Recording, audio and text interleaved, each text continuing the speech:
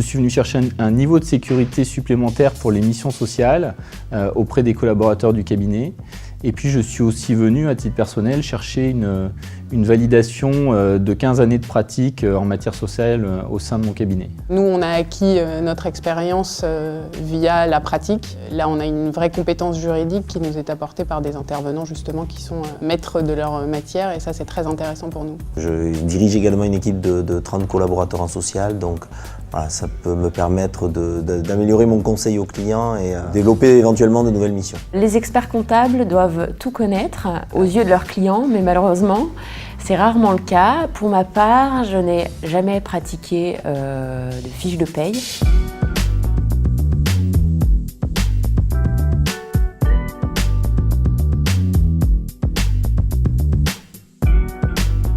On avait à la fois des enseignants universitaires et à la fois des avocats spécialisés en droit social. Et ce que j'ai aimé en fait de cette mixité, c'est qu'ils nous ont apporté à la fois une approche pratique et à la fois une approche théorique du droit social.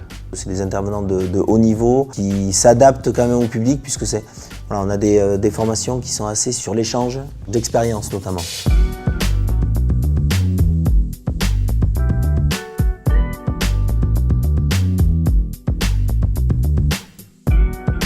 Techniquement, c'est très intéressant parce que ça nous permet de nous remettre en cause, d'apprendre beaucoup de choses, de revoir des choses qu'on ne maîtrise pas forcément. Les dernières nouveautés, comme les ordonnances Macron, étaient intégrées au contenu des cours et donc ça les rendait vraiment très intéressants.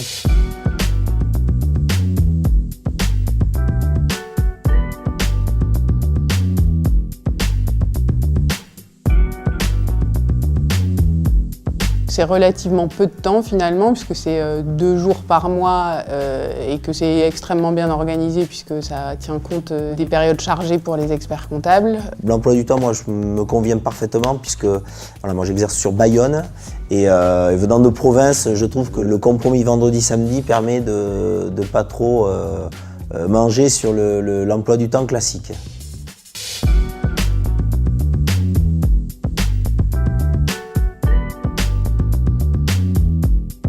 De plus en plus d'entreprises externalisent leur social, leur bulletin de salaire, et que de ce fait, voilà, les experts comptables ont vraiment besoin de compétences complémentaires en social, pouvoir donner les bons conseils à leurs clients et puis pouvoir manager les équipes. On a des collaborateurs qui font des bulletins de salaire, il faut avoir des connaissances en droit social pour bien les accompagner. En termes de communication, c'est pas neutre non plus par rapport à nos clients. Ça démontre qu'a priori, on aura les compétences aussi requises.